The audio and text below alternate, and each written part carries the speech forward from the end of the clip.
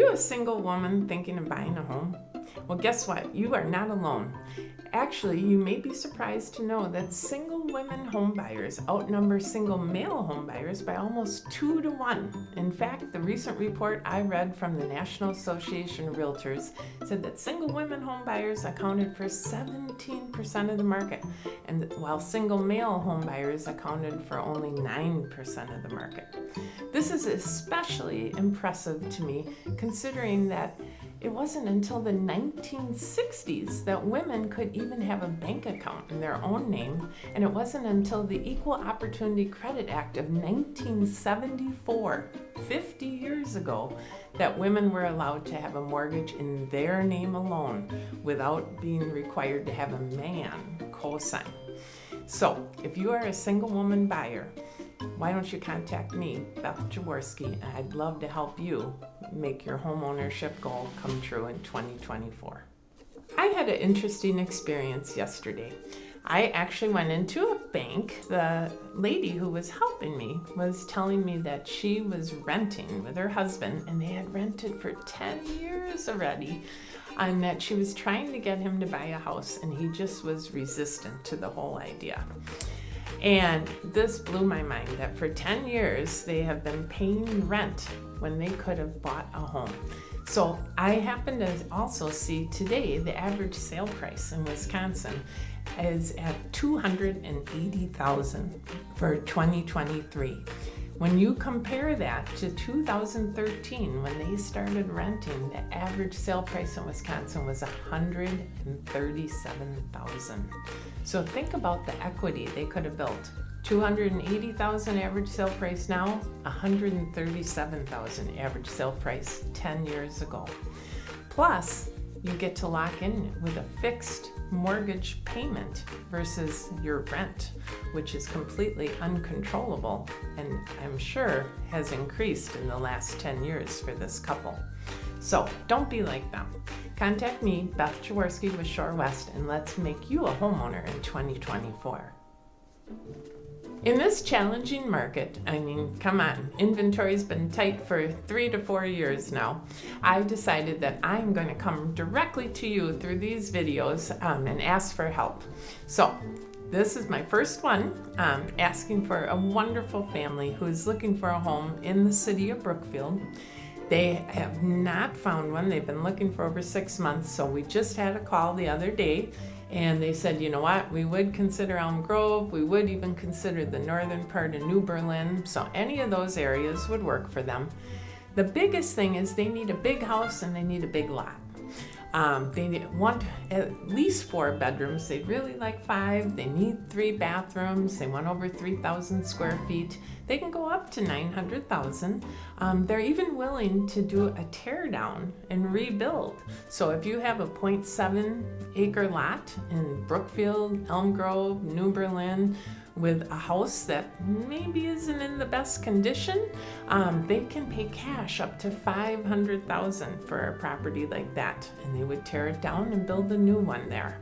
So if you know of anything like this at all, please pass my name along or contact me directly, Beth Jaworski with Shore West Realtors. Are you going to call the listing agent when you want to go look at a house? If so, I'm going to tell you, I think that's a mistake. You want a buyer's agent to look at that house with you and to represent you if you're interested in the home. If you go through the house with the listing agent is obligated to represent the seller.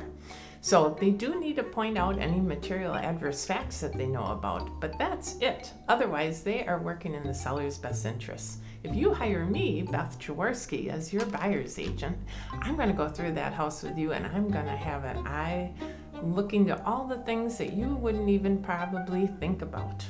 I'm going to be looking at the plumbing. Do we have flexible drain lines or that rigid drain lines you really need under those sinks? I'm going to be looking at the roofing. I know the difference between a dimensional shingle and a 3-tab shingle and what the wear looks like on a 3-tab shingle. I'll be looking at your chimney flashing, at your gutters. Are they extended? Are there good downspouts there? Is there good drainage? What's the grading like? What's your basement look like? Do I see evidence of past seepage there? Maybe the furnace and the air conditioner and the water heater are newer and the age is listed in the marketing materials, but maybe they're not. Does your agent or do you know how to determine the ages of those? I do by looking at the serial number. So that's just the start of what having me as your buyer's agent can do when looking at a house. I'm Beth Jaworski with Short West Realtors, and I'd love to be your realtor.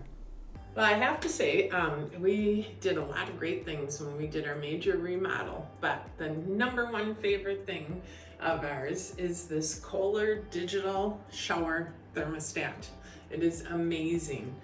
You can turn it on right here. You can adjust because we are fortunate enough to have two shower heads. So this first one will toggle. Do you want which one or the other or both?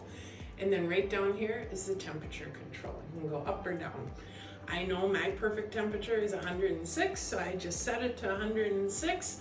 Never have to play around with temperature again. The water is just perfect. My favorite thing ever. I'm Beth Jaworski with Short West Realtors, and I'd love to be your realtor. You might ask, what makes up your credit score, right? How did they come up with this number?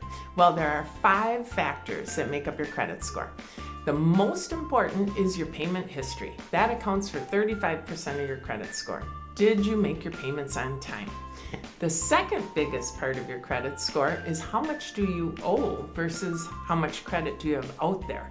That actually accounts for 30% of your credit score, believe it or not. Then the length of your credit history accounts for 15%. So if you have a long history of paying on time, that weighs more than someone who maybe has only had a year or two of credit history. And then 10% is based on your credit mix. Do you have a nice mix of installment and revolving credit? Or do you just have revolving credit, maybe 2 credit cards to your name? And the very last part, 10%, is actually based on new credit. And that is because lenders get a little nervous if you have a lot of new credit. They think, ooh, maybe you're not able to make your bills, right? So all of a sudden you're applying for all these credit cards. So that can actually lower your credit score by 10%.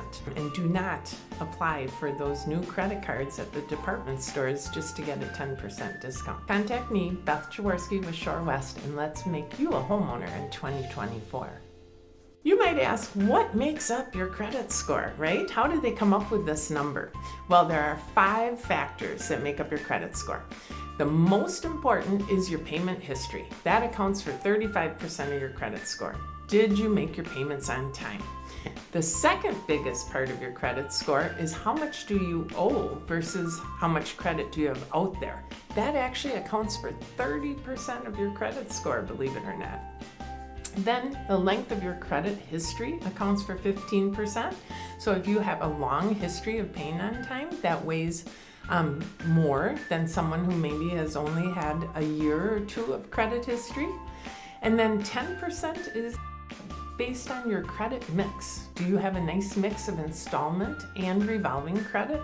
Or do you just have revolving credit, maybe 2 credit cards to your name?